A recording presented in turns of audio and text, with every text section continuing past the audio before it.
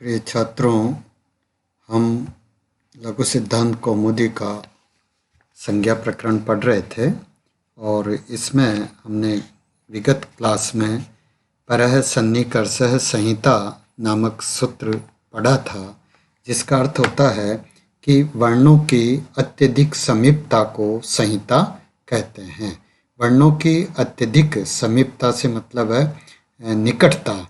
जब दो वर्णों के बीच अन्य किसी वर्ण का व्यवधान न हो तो उन दोनों की जो अत्यधिक समीपता होती है उस समीपता को ही संहिता या संधि कहा जाता है। यह हमने देख लिया था। जैसा कि उदाहरण में बताया गया है, सुधि प्लस उपास्य, तो सुधि में धी के इकार तथा उपास्य के उकार, इन दोनों के बीच अन्य किसी स्वर या व्यंजन का व्यवधान न होने के कारण यहाँ संहिता संज्ञा होगी और इन दोनों में संधि होगी। अब आगे हम देखते हैं, अगला सूत्र कहता है हलो अंतरा संयोग है। ये जो सूत्र है यह संयोग संज्ञा करने वाला सूत्र है और अच भीर व्यवहिता हलः संयोगः संज्ञा स्यु, यानी अचों अच कहते हैं स्वरों को, तो स्वरों के व्यवधान से रहित हल यानी जो व्यंजन है, इन व्यंजन वर्णों की संयोग संज्ञा होती है। कहने का मतलब यह है कि जब दो व्यंजनों के बीच, जब दो हल वर्णों के बीच किसी अच का या किसी स्वर का व्यवधान नहीं होता तो उन दोनों व्यंजनों की संयोग संज्ञा होगी। जैसे उदाहरण के लिए बताया जा रहा है कि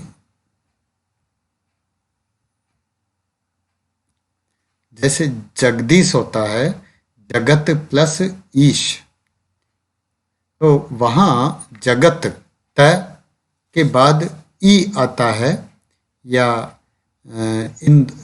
यो देखिए कि कांता, इस पद में न और त, देखिए यहाँ आपको कांता में न और त, इसके इन दोनों व्यंजनों के बीच में किसी स्वर का व्यवधान नहीं है, अर्थात कोई स्वर नहीं आ रहा है। ऐसी स्थिति में इन दोनों वर्णों की संयोग संज्ञा होगी।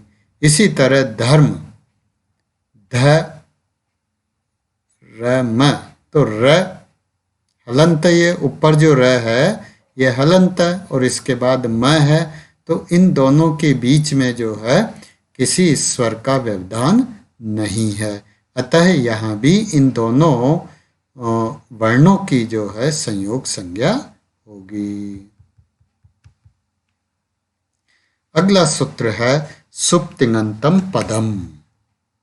पद किसे कहते हैं? पद की परिभाषा इस सूत्र के माध्यम से बताई गई है कि सुप्तिङन्तम, सुबंत और तिङंत, यानी सुप जिसके अंत में हो और तिंग जिसके अंत में हो, उनकी पद संज्ञा होती है।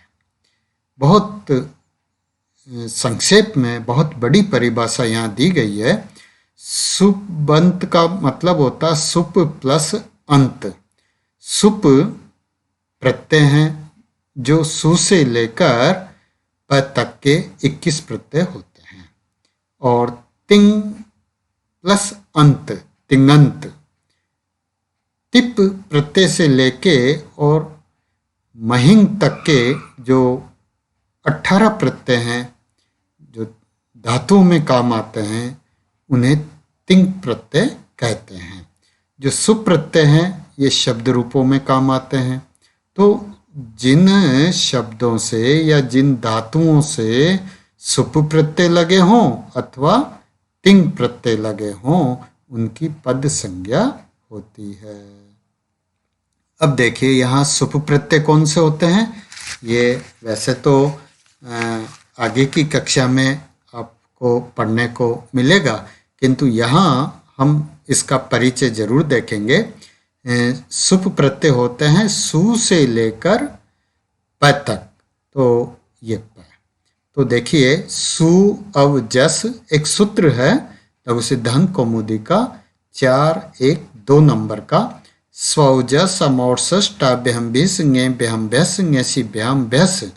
तो ये जो सूत्र है, तो ये सूत्र क्या कहता है कि इसमें 21 प्रत्यय हैं। सु अव जस अम औट शस टा भ्याम भिस ङे भ्याम भ्यस ङेसी भ्याम भ्यस ङेस ओस आम ङी ओस और सुप।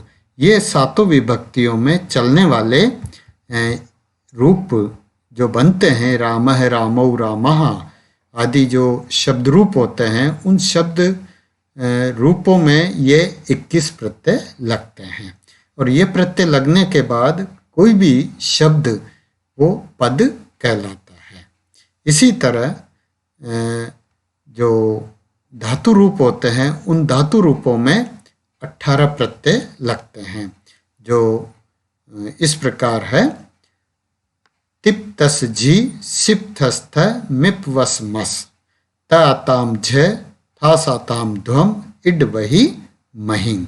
यहाँ इनको पुरुष, प्रथम पुरुष के 3 प्रत्यय तिप तस झी, मध्यम पुरुष के 3 प्रत्यय सिप थस थ, उत्तम पुरुष के 3 प्रत्यय मिप वस और मस। ये हैं 9 प्रत्यय परस्मैपदी धातुओं के। इसी तरह आत्मनेपदी धातुओं में भी 9 प्रत्ययों का प्रयोग होता है। त अताम झ थास अथाम ध्वम मध्यम पुरुष, इड वही और महिंग उत्तम पुरुष। तो कहने का मतलब यह है कि जब राम शब्द से रामः बनता है तो वो पद हो जाता है। राम शब्द है और रामः पद है। राम शब्द है, रामौ पद है। राम शब्द है और रामः पद है। कहने का मतलब यह है कि जब किसी भी शब्द में सुप प्रत्यय लग जाते हैं तो वो पद बन जाता है। इसी प्रकार जिस धातु में तिंग प्रत्यय जुड़ जाते हैं, जैसे पठ धातु है, उसमें मि प्रत्यय जोड़ा तो पठामी बन गया। अब पठामी जो है पद कहलाएगा, पठ जो है धातु कहलाएगी। तो इस प्रकार जो है ये 21 प्रत्यय जो है सुबंत और 18 प्रत्यय जो है ये तिङंत होते हैं। और ये जब किसी शब्द रूप में किसी शब्द से या किसी धातु से जुड़ते हैं तो उनसे बनने वाले जो रूप होते हैं उन्हें हम पद कहते हैं। इसी के साथ ये जो लघु सिद्धांत कौमुदी है इसका संज्ञा प्रकरण समाप्त होता है। धन्यवाद।